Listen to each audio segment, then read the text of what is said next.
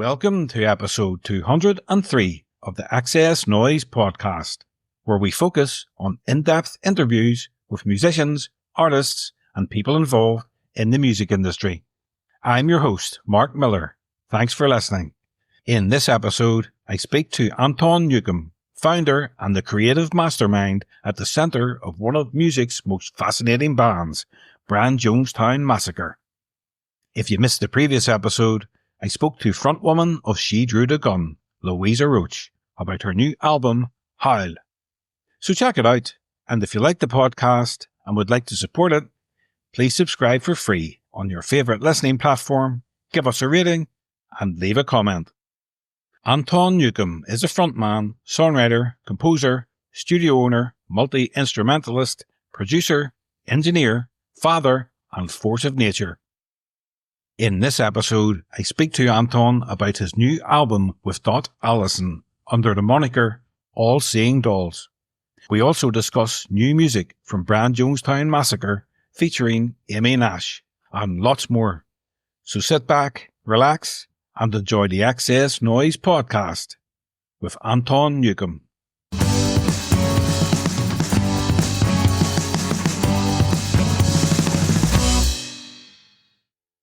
So, hi Anton, welcome back to the XS Noize Podcast. Yeah, today we're here to talk. Early next year, you release the album Parallel under the moniker All Seeing Dolls with Dot Allison. Yeah. So how did that collaboration come around? And did you approach her, or was it a mutual idea? Okay. Originally, I did have a acquaintance friend in Tokyo, Chikashi, who kept suggesting, it's like, you should collaborate with Dot Allison.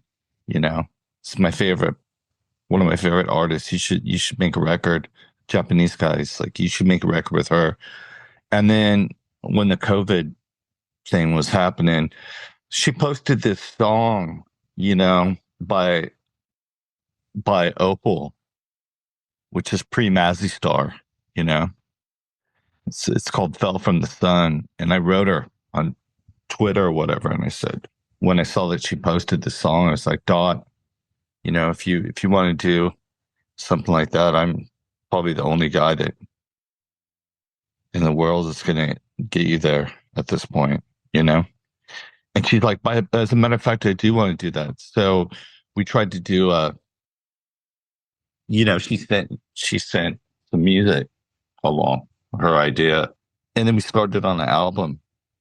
You know, we started working on it. And then I got a show. I got offered to do the theme song and the entire soundtrack for a BBC program. You know, it was like a Nordic noir based in Scotland. So we were pretty far along on this record. And I just thought, for 1 minute when I was negotiating with them, I was like, with the producers and the director or whoever, I was like, oh, you know, I should just ask Dot, since she's Scottish, to do this with me, since, you know, it's a Scottish TV show. And so we kind of put the record down and completed that whole show, or the first season, you know, because that was a process and interesting, you know. And then got back to doing the record. But it took a while, you know, for me to get around to ever mixing the whole record and stuff, even though it's like 99, it sounded like a record. It's 99% of the way there.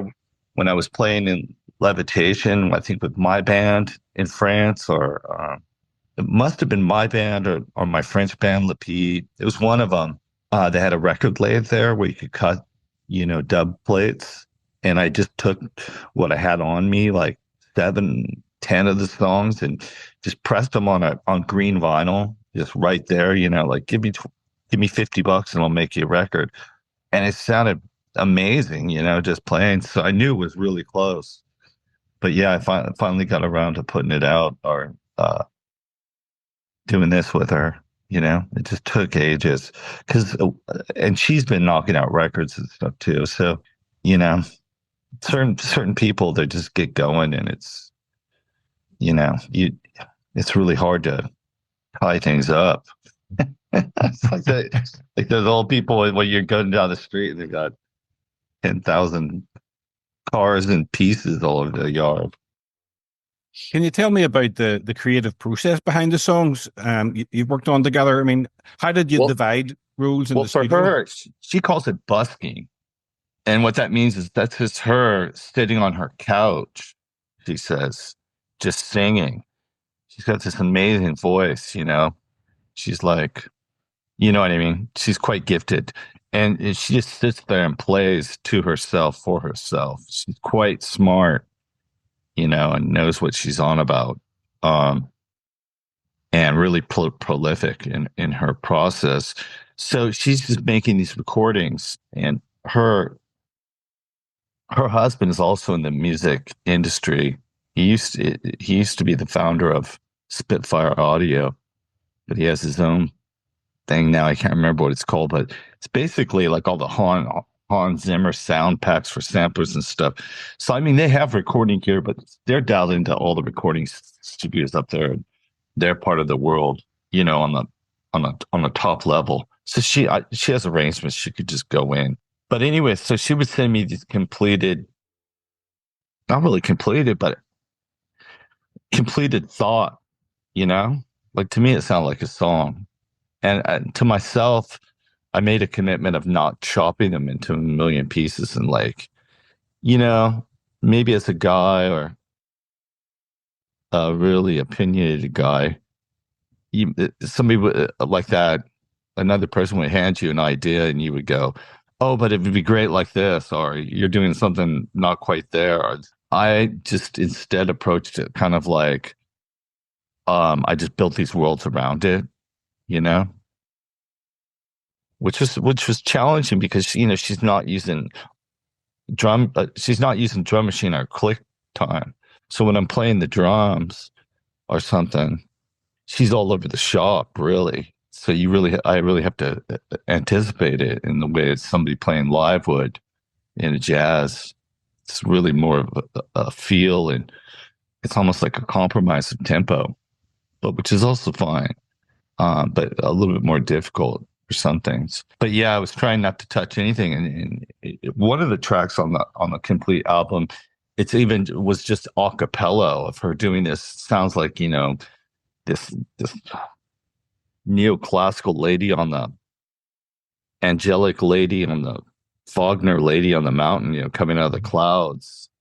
And I wrote this whole neoclassical piece around it, and it's not on the grid or anything, It's just... What track was that?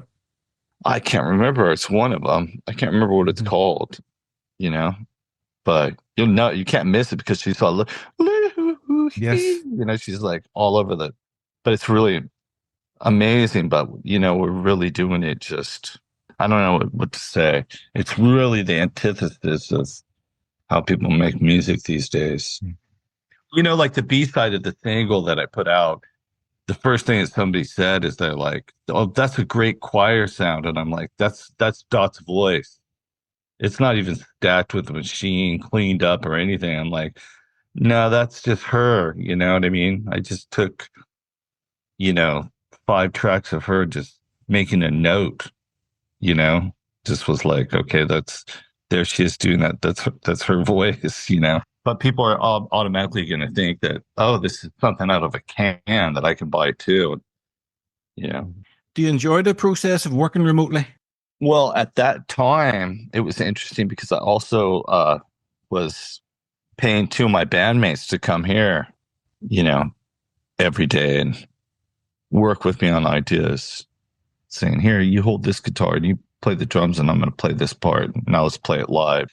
And making 2 records at once. That way it was good to be all focused on that rather than that existential crisis at hand.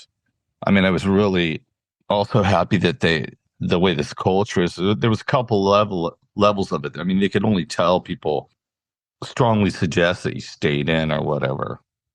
They can't, like in France, they were saying, where's your doctor's note? or some shit, but they can't do that here because of the history of National Socialism and the DDR and all that stuff. But then at the same time, then again, this is my work, so I have an excuse to be here. So it's kind of interesting, you know. You and Dot, you've a strong connection to the 90s music scene, but in different ways. Yeah. What similarities and differences do you see in your artistic styles? Well, I think we're really smart, and also that we don't give a hoot about a lot of things. You know, she doesn't care about playing too much anymore. She's interested more in her family. She's self-contained in herself. I mean, I guess that's a little bit redundant there, self-containing yourself. She's a person like, I'm also a person who's kind of almost like a hermit. You know, I spend a lot of time. I'm not at cafes and bars so much. I mean, I do swing like a pendulum on the sometimes on bars. A little bit less since I mean, I took the year off because of this medical stuff. You know, I'm not like drinking myself to death, but I'll be sitting here for a couple of days and I'll go, I got to get out of here. This is crazy because Netflix won't cut it for me, you know? Yeah. So I'd have to go out and just see what happens. Where would you go? Well, I don't know. You know, there's like a one of a kind bar sort of in the area where I kind of like some of the people that work there. And then when they have a bunch of records, old records, it could be just strange stuff. And they just play one side at a time, you know? I kind of like that. No matter what anybody wants to hear, they don't care.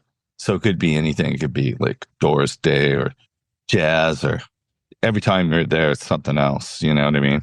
African music. But there's just a ton of very strange records.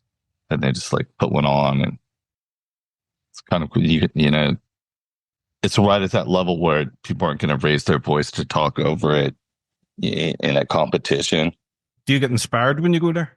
When you hear this music? No, but it's the whole thing. It's the inspiration. It's the opposite of feeling so lonely, like, or something, you know, that it depends. I have different moods. Well, you and Dot, you both have a deep love for analog and vintage gear. Did that play a role in shaping the sound of the collaboration? Well, for me, it does, because I like to not mess with anything. I like to just plug in and play, you know. I figured out a long time ago when I started the process of teaching myself something about the studios.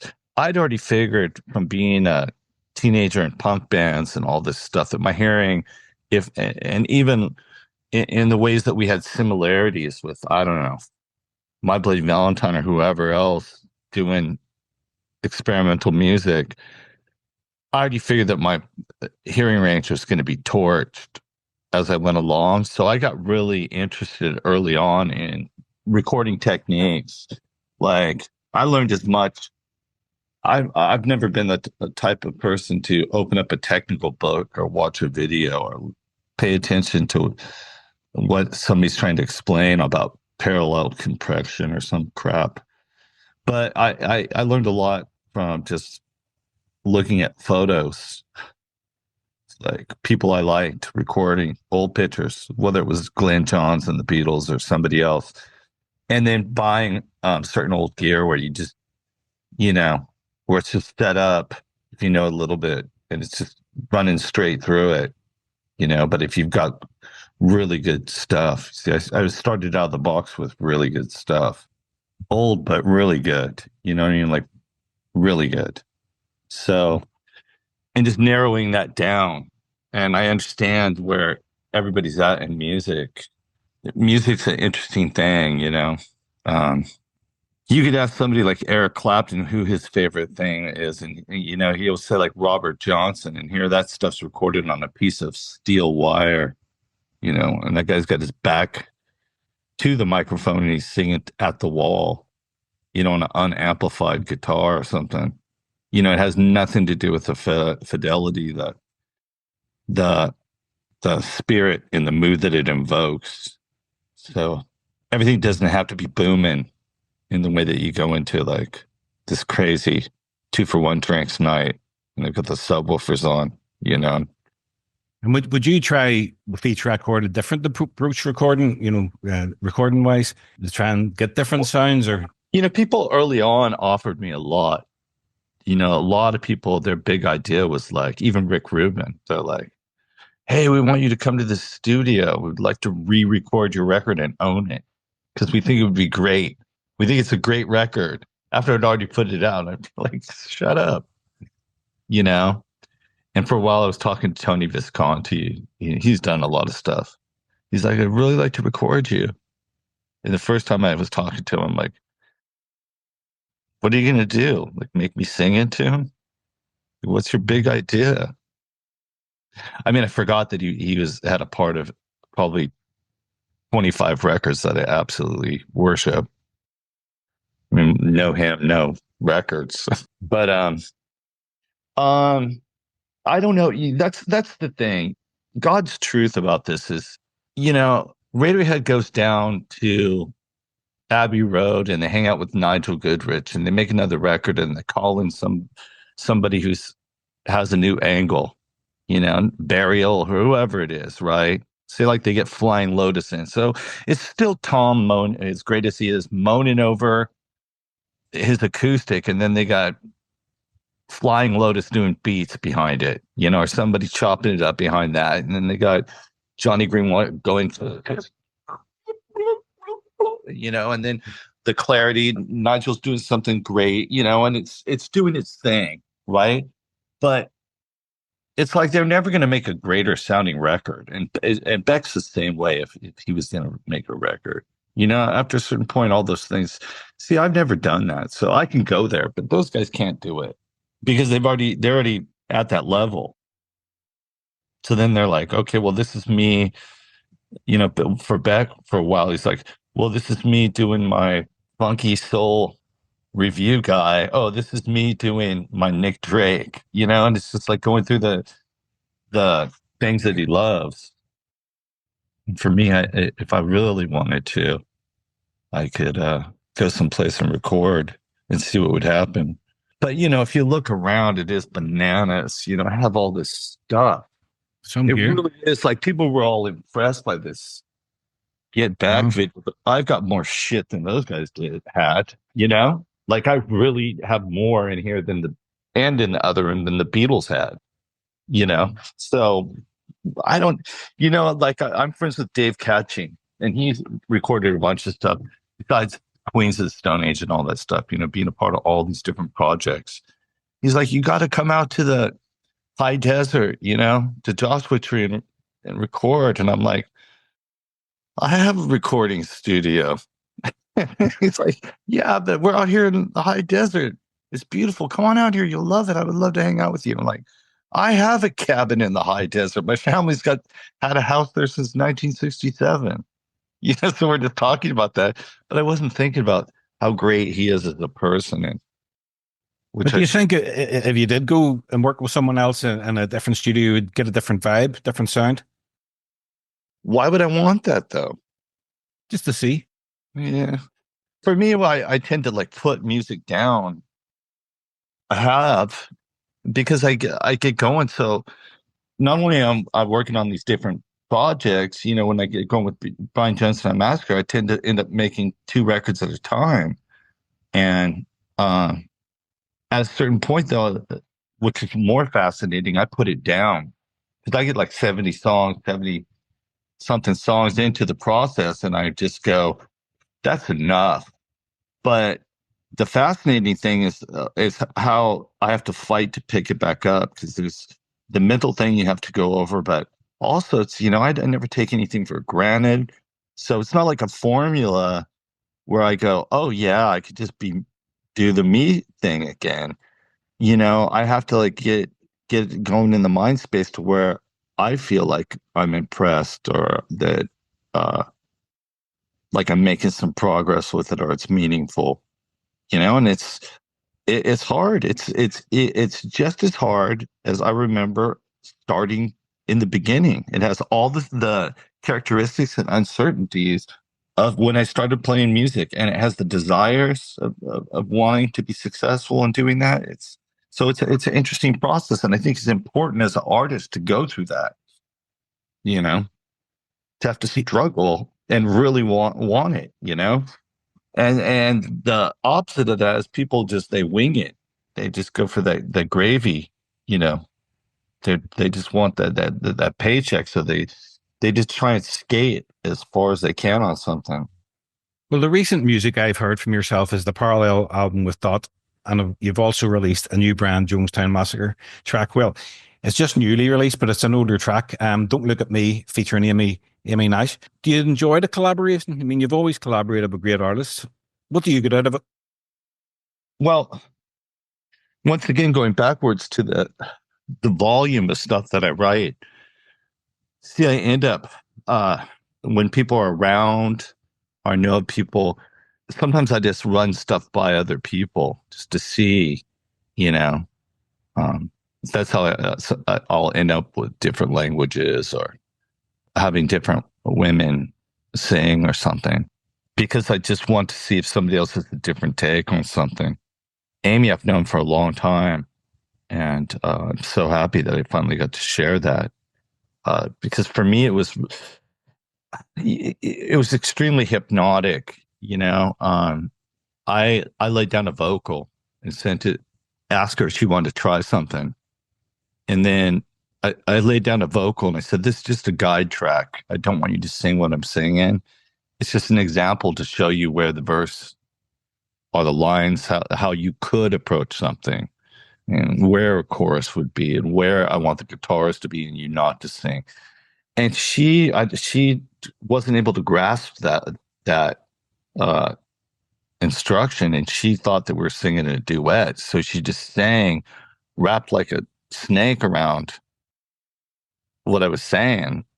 And when I got her tracks back, I was like, oh, this is all wrong, and I was like, oh, crap. And I was sitting here, at my little control desk, and then I just started chopping it, for a second and moving things around. So it became this nonsensical thing. And I was like, this is super hypnotic. And then I sort of made a quick YouTube and sent it back to her, and then she's like, that isn't what I did. And I was like, she didn't like it. And then within 8 hours, so many people had listened to it who had known her and stuff, going, this is amazing that she seemed to change her mind, even though she doesn't remember this way. I do. That it was funny. It was. I found it amusing. But I'm just really pleased that I got a chance to share that, as because I didn't know what I would pair it with. That's the only reason I never used it. It's because I have this weird, almost autistic way of viewing things, on a personal level. Colors are monochromatic, or pairs of things that I see go together, and I realize that there's another way where you can have a collection of songs that don't relate to each other whatsoever, and it can still be very powerful, in the way that many playlists and all kinds of things these days, you know what I mean? Like from magazines or whoever, like it could be Brooklyn Vegan, or it could be anybody, playlist from Spotify, and there could be a bunch of great songs on it that have nothing to do, even genre, it can go either way. You're like most cherished mix list from a friend, or just some random selection of songs, something you heard on the radio one day. You know what I mean? So I don't know. Well, it's your first new music since The Future is the Past from 2023. So when I heard that, I thought, right, this must be the first track of a new album. But obviously it's not going to be. But is there going to be any new music, new album after that? Well, I have another two. I had to take this year off. So, because I had a double bypass. So I did. How are you? How are you feeling now? Well, I'll let you know. All right. If I die and you get up one morning, there's a cold spot on the floor, you'll know how I'm doing. Okay, if your house is all toasty, then you also know. Old school or something. No, I'm figuring it out. So I've got another 10-inch like single coming out, and it's some really good stuff. And that's going to beg the question that people are going to go, "What? This guy's been playing for he's had this project for 30 years. Why?" And he's sitting on he's knocking stuff like this out. Well, that's what I think in my head. It's not exactly pop in the sense of who knows, right? It's real good, though. It's really good. So I'm looking forward to that. What's it called? Oh, gosh. One song's called Makes Me Great, and the other one is called, gosh, I would have to look. It's in here someplace. This is my Pro Tools stuff here. Just trying to remember. I'm looking quick. I'm trying. Don't mind me. Getting a little bit older. I guess it would be a Finder window. And she would never put this on the desktop. My engineer, where would it be? Studio, BGM Studio. This is really tough. I do a lot of tracks. Is your vault like the Prince vault? What? Is your vault for music? Is it like the Prince vault in Paisley Park? Hundreds and hundreds of tracks? It's way past hundreds, I'll tell you that. It's not even at the level of one computer. And they're in the terabytes. It's 2 computers full. So let's see, date. I try and do a couple things. Date, last open. I don't know. I have no idea. I can't remember what I called it. It's a B-side. We don't even, who cares about B-sides anyways? It's kind of cool. It's kind of cool. It's a B-side and it's got a baranga beat once again.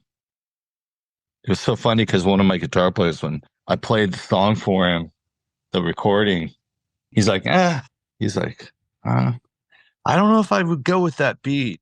Some people do not like that, but it exists enough to be the root of that kind of beat exists on your grandma's organ in her house. So it's not that crazy, you know what I mean?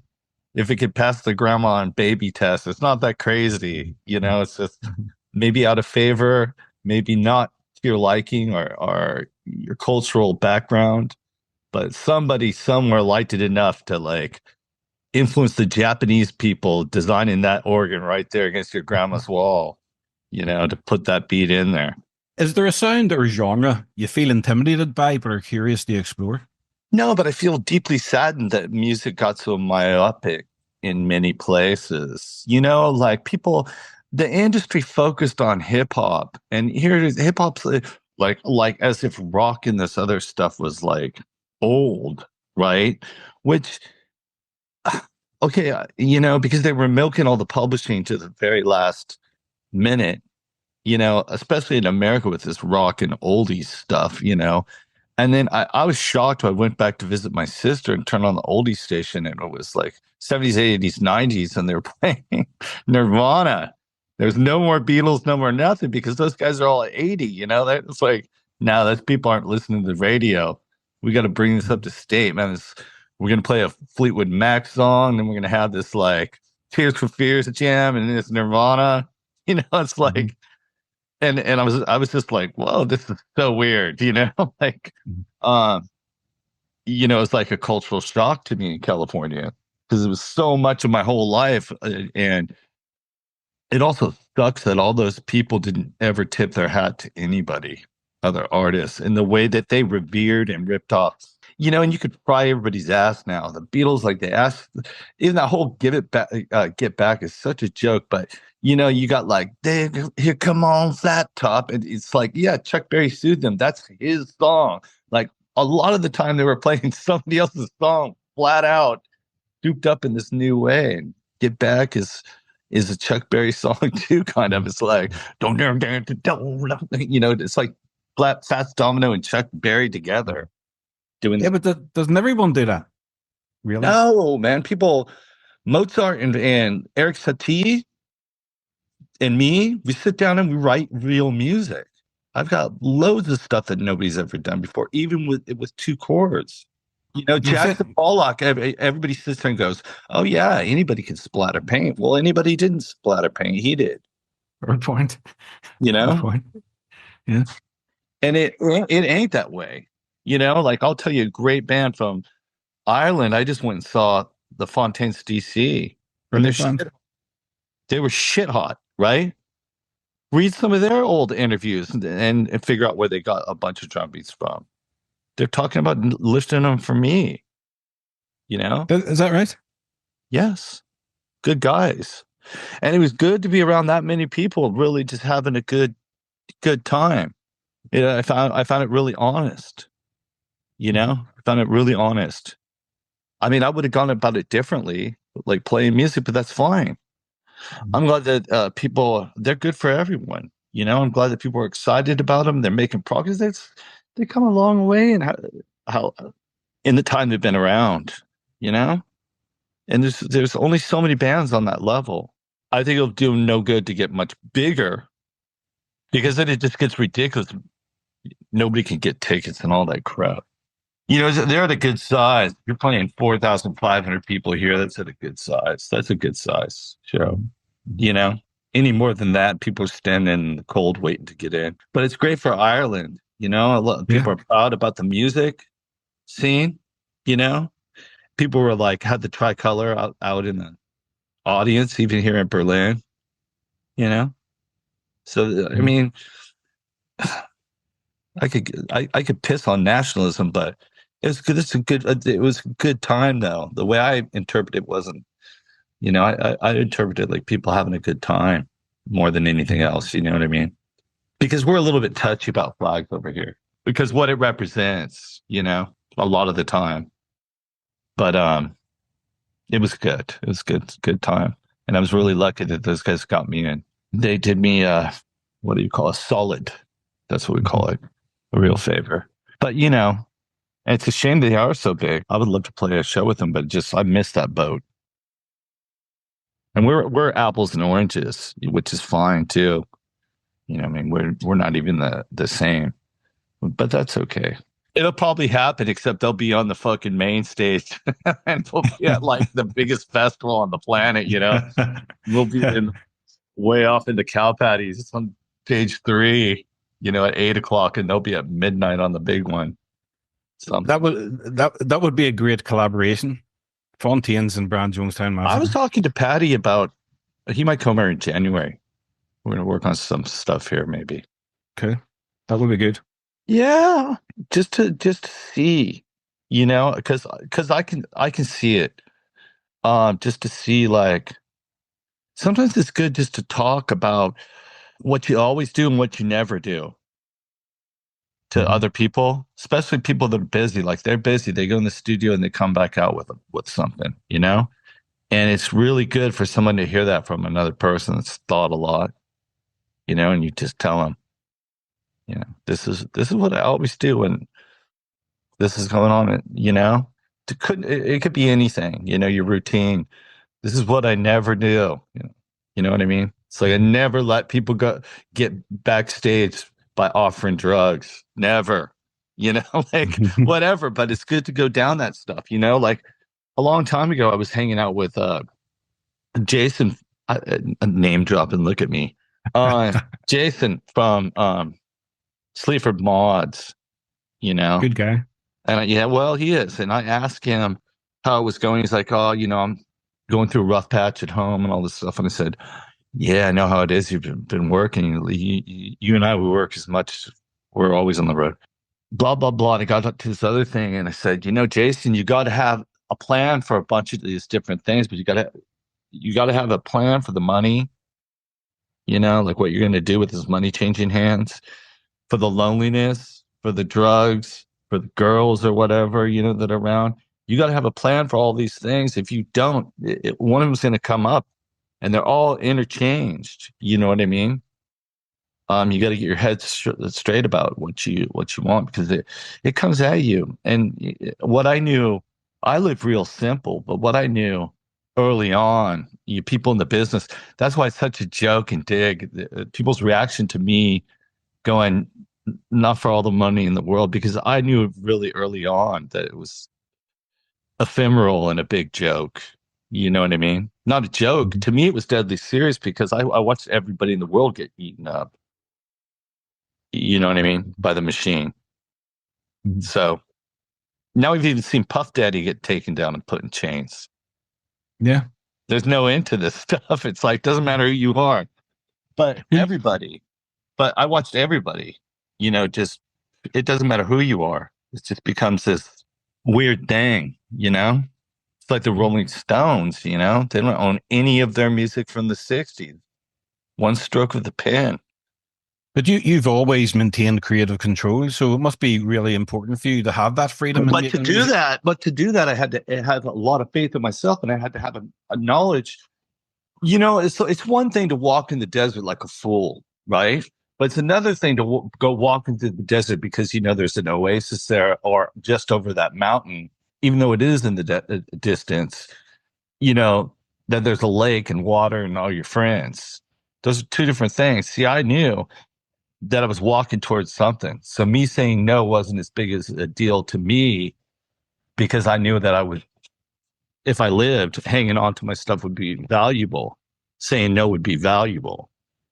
Right? But to everybody I played with, they're like, what do you mean we could be fucking supermodels and crashing Porsches, like everybody else? And it's just because you won't sign a record deal. But I kept saying like, well, you go ahead and sign a record deal with your song. And me, I'm going to sit back here and just play music. Because that's my main thing is trying to play these concerts, trying to make records, trying to get through these tours. That's my main goal, getting money. I don't respect Elon Musk to any degree. And supposedly he's got the most money in the world. So making a fantastic amount of money doesn't put you in this automatic place where I respect anyone. I I hardly ever respect those people. I'm more likely to respect the fella at the chippy who just feeds someone every now and then because they look hungry more than any of these ultra wealthy people. It's more realistic to me. Definitely people respect people with the soup kitchens and all that stuff. People that run things like that, they're the real heroes. Oh, we now more than ever, we need that stuff. And it's got to be okay, too, to help people and to receive help because people get embarrassed.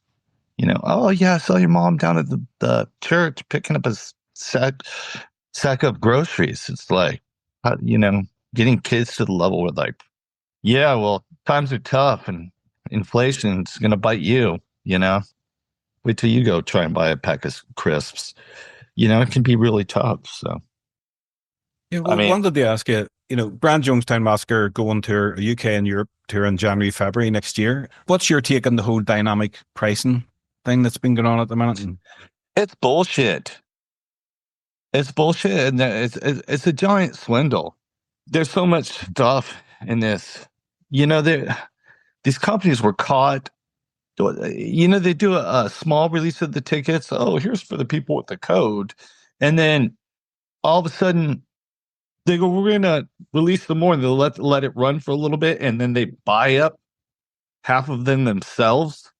Like it's sold out in 2 hours. And then all the other half of those tickets go to second sellers. But who's the person selling them? It's actually the Live Nation type company because all the tickets have just sold. The band gets their money. They don't care. But all of a sudden these people, each one of the tickets at the face value is 50 or 100 is now 500 through the second, And it's just crazy. All this different stuff, and it's bananas that tickets should be this expensive. And they've got their claws in every aspect of the show, from the merchandise to the whatever, It's just, this is all bad news, and touring internationally, so many people with the theaters and these clubs, they just said, oh, I'm going to sell out to Live Nation or whoever. Everybody's like, oh, well, they offered me $10 million for my building, whatever, And so there was no choices. And then people started building, like tearing down some industrial warehouse, and they started building these like purpose venues just because they're like, oh, well, I could kit this whole thing out for 3 million and sell it to 10 million to them. So then they're building these weird clubs, and still none of this is at all is benefiting any bands of note. So we live in just an interesting time, you know? And now they're trying to get everybody into K-pop. It's like, hey, yeah, let's get 3,000 kids to go to this brainwash boot camp and learn dance moves for like, I don't know, for 2 years, and then pack them in like sardines, 25 to 30 of them in one group, and just keep knocking out the groups. Get these 5 writers to write every kind of music. Here's hip hop girl. Here's sensitive guy. Here's, you know, it's like ridiculous. It's like these are just dancing faces to these endless songs that these two, 3 chubby guys are writing, you know, with baseball caps on, and you know what I mean? They're like, oh, this is amazing. Oh, I love them. Don't you dare kiss each other. You know, it's like this madness. People are like committing suicide over like the 2 imaginary pop star. You know what I mean? It's getting just too much, because there's something, the community of watching people play music is really great. You know, getting together, even in a pub. You know, I love it. Even if it's the old song, like traditional music, it's great. I don't like it when it's too touristy and goofy, you know, but when it's real, it's great. If people want to understand your music, what are the 5 songs they should listen to? Oh, I don't know. You know, if you could have 5 Brian Jonestown Massacre songs on the radio, what would they be? Well, I don't know. See, that's the weird thing. People like what they like. It's a mystery.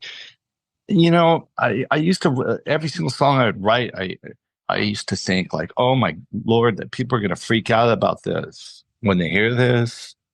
You know, people are going to go nuts about this, and it never materialized really beyond a few people like that I was friends with or something, you know.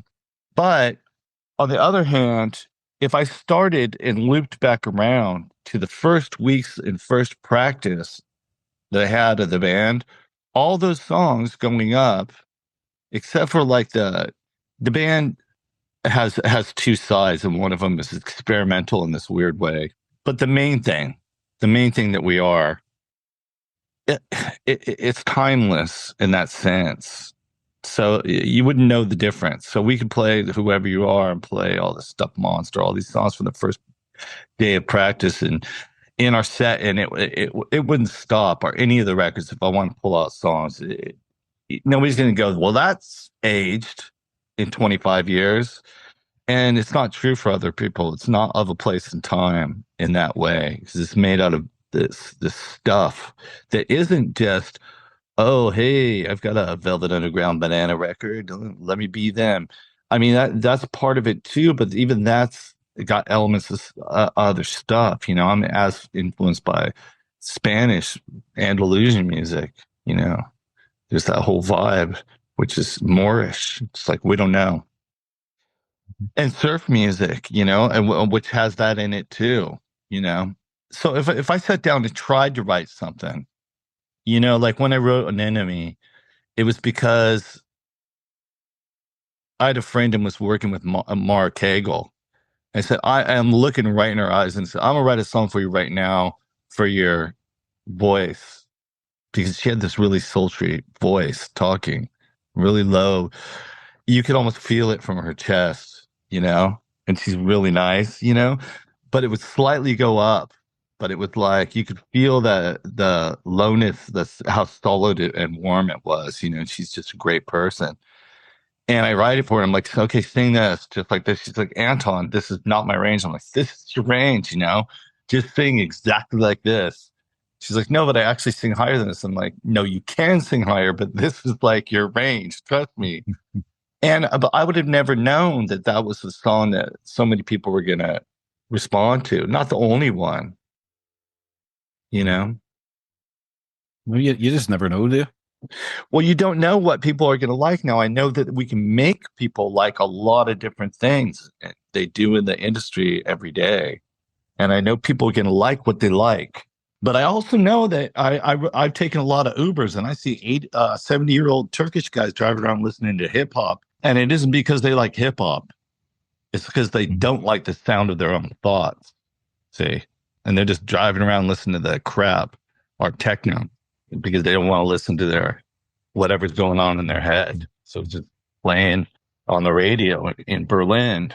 So, and a lot of the world is like that. And it doesn't matter if it's Friday night and everybody's going out to the techno club, you know? Like, okay, then you go out to all those people and say, name 20 techno songs. Name 20 techno bangers since you've been going out.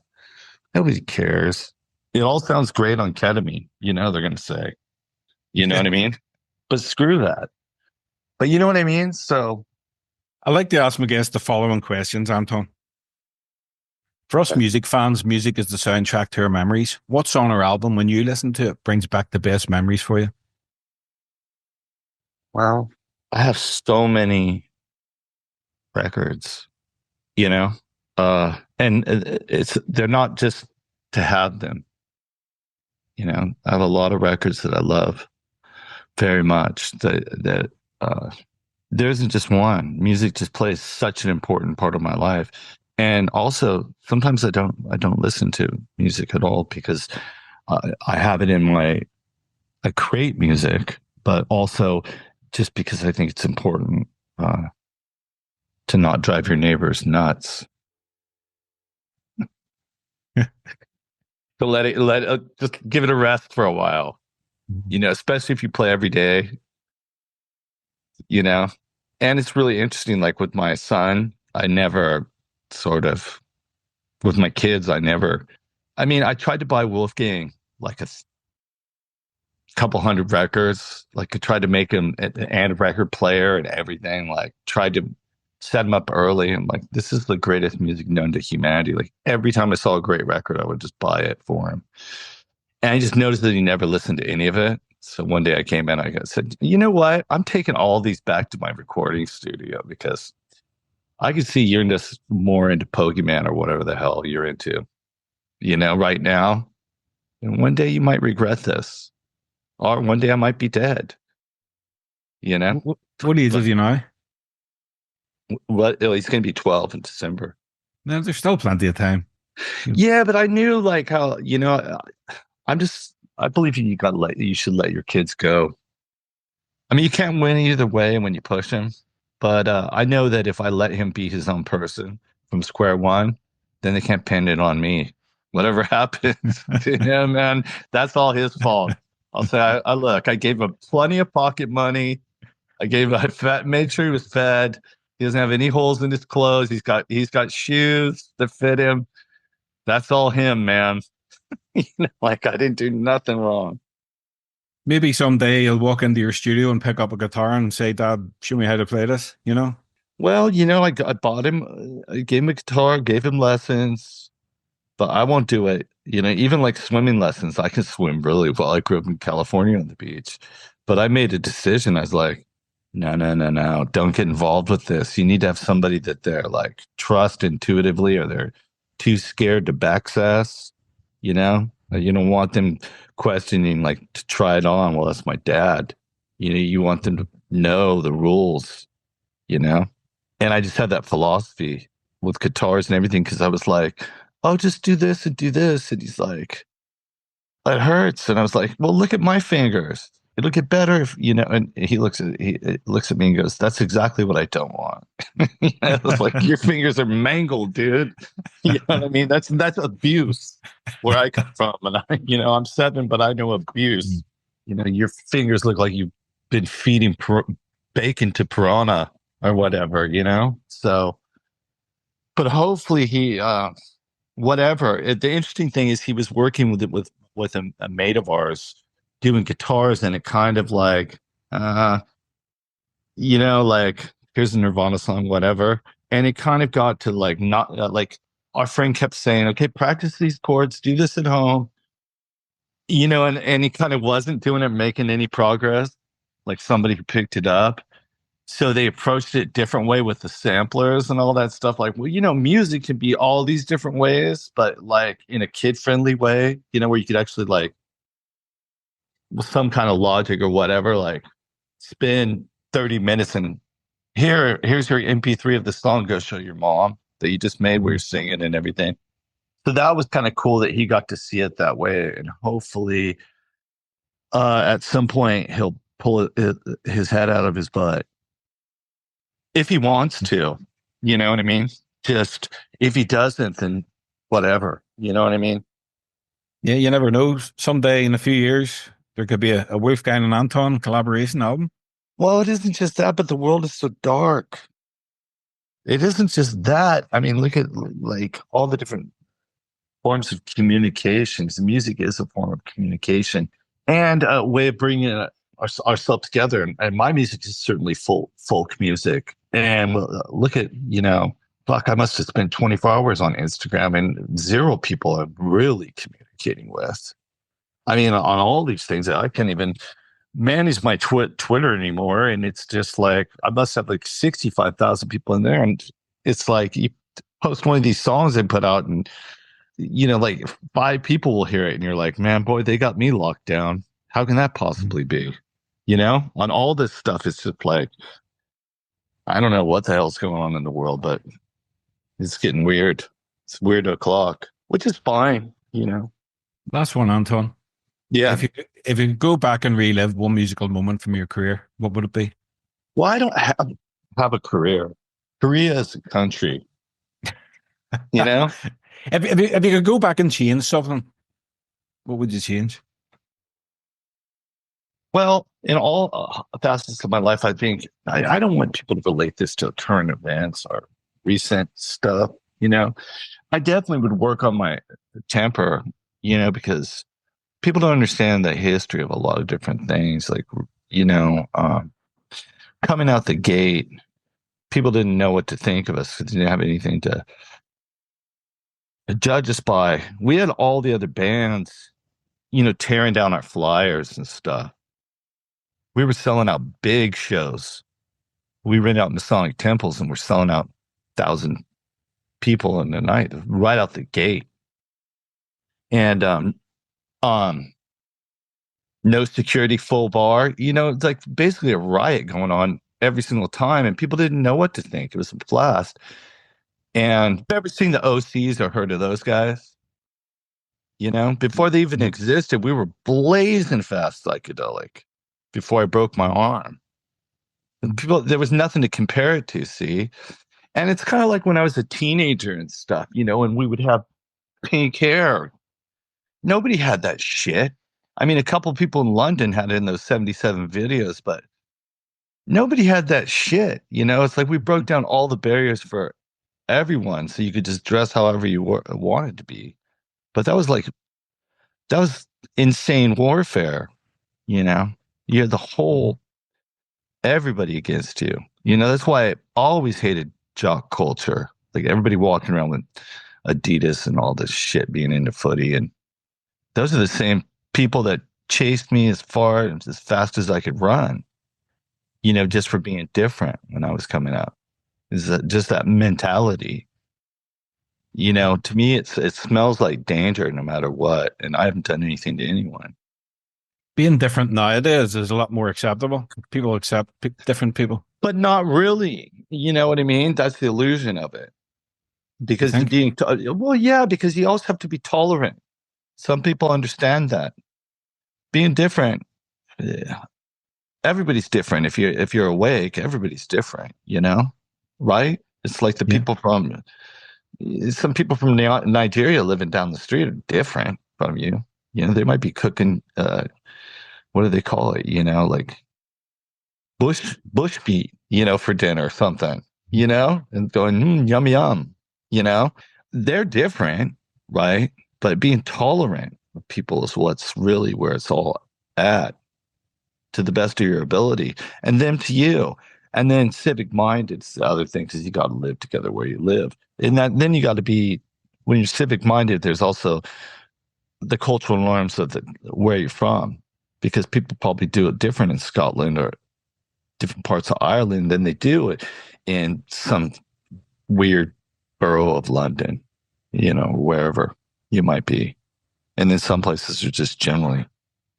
It's like, for instance, I used to come downstairs with my kid when he was real little to Kita, and there used to be a club called Bassy Cowboy Club next door. And I know on Thursday nights it was full blown gay, and you'd walk out, and some mornings I'd be taking him to school, and there's like two guys just like going for it on the street, you know what I mean? Like they're in a bathhouse, and you're like, come on, it's already school time. Just fucking get it together. Do you know what I mean? Yeah. Like Romeo and Romeo. Just and I would see that sometimes with people that were tipped to the Islamic side, whether they're hardcore Turkish families with more like conservative, because Turkey is a big place. There's conservative areas and there's very European areas, so, in the European Anatolia and all that stuff. But there are people that wear like hijabs and all that stuff too. And they're walking by with the guy and all their kids, and there's just people like derelicts doing God knows what, drinking and all that stuff, just being disrespectful, to like pretty much out of hand, you know what I mean? For the street. Here we can drink on the streets, but if you're like laying in the streets and just doing all this stuff and little kids and the wife and everybody are walking by, it's just a bit much that, you know what I mean? Yeah. Like you're in your own little world on the sidewalk. It's like, no, you're on the fucking sidewalk, dude. You know what I mean? You're sharing the public space. So it's that kind of thing that's really important that I think people lose all the time in this world. You see it all the time with people that, I don't know, maybe I'm getting old. But I care because it gets really crazy. It gets crazy on, even if you're on Ryanair, if the girl behind you's putting on her fingernail polish or something, and it's not even a girl. And you're like, man, I want to be tolerant as hell, but don't paint your nails on an airplane when we're trying to take off because it's very dangerous. And breathing toxic fumes. I don't care. I don't care what your pronouns are. Don't paint your nails on the airplane. That's, kind of thing. But anyways. Well, that's me done, Anton. Is there anything you would like to mention before we wrap up? Anything coming up in the immediate future? Well, I'm really looking forward to this tour. It's an honor. We're playing at a lot of big places, a lot of sort of grand venues, these halls, these theaters. They're good sized.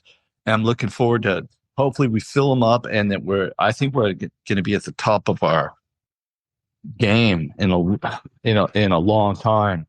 I've got everybody back who I want to have coming, Yeah, you're playing the Ulster Hall, Belfast. Yeah, and I've never been there, but it looks grand, and I'm really looking forward to it because I played in some of those other places where we were going bananas the last time, but I just felt like I was busting out the sides anyways, playing the concert, and my friends from in town just were on the side of the stage watching us, and it just sometimes it feels so electric. And gosh, I mean, a lot of people, because he's so temperamental and such a grouch, there's something about that town. And look at Van Morrison.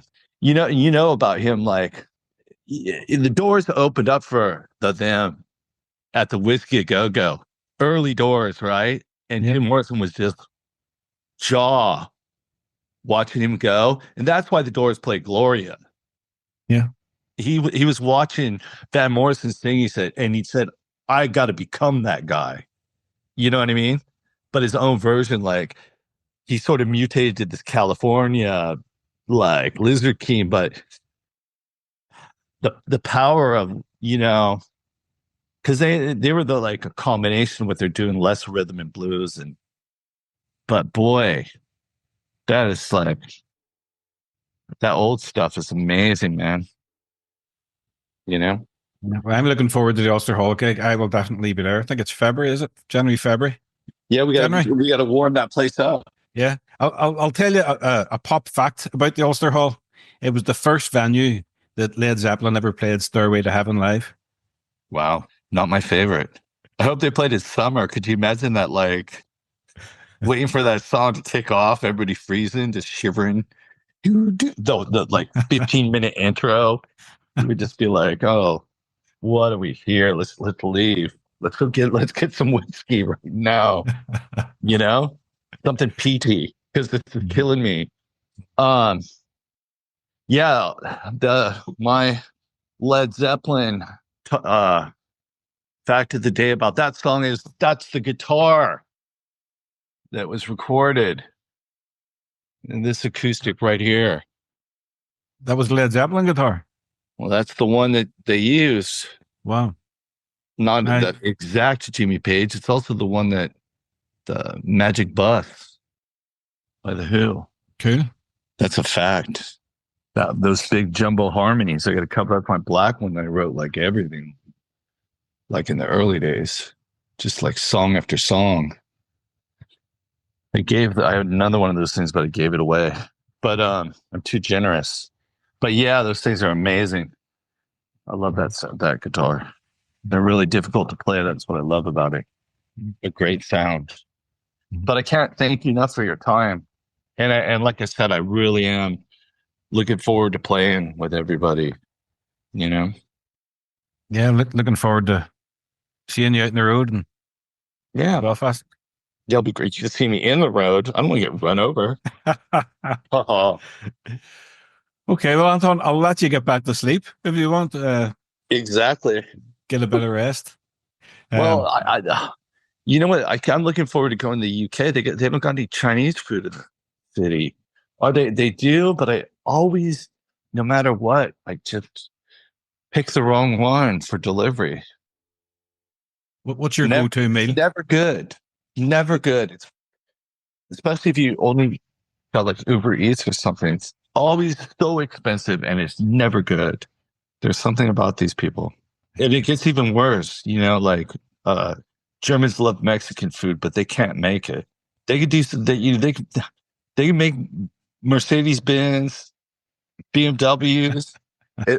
Mexican food is real simple to make. They could, in fact, they could send one of their jet airplanes and hire 3 grandmas to come over here and just be bosses of a place for a couple months at a time, you know? But for some reason, they can't do it. They got to mess it up. Whatever.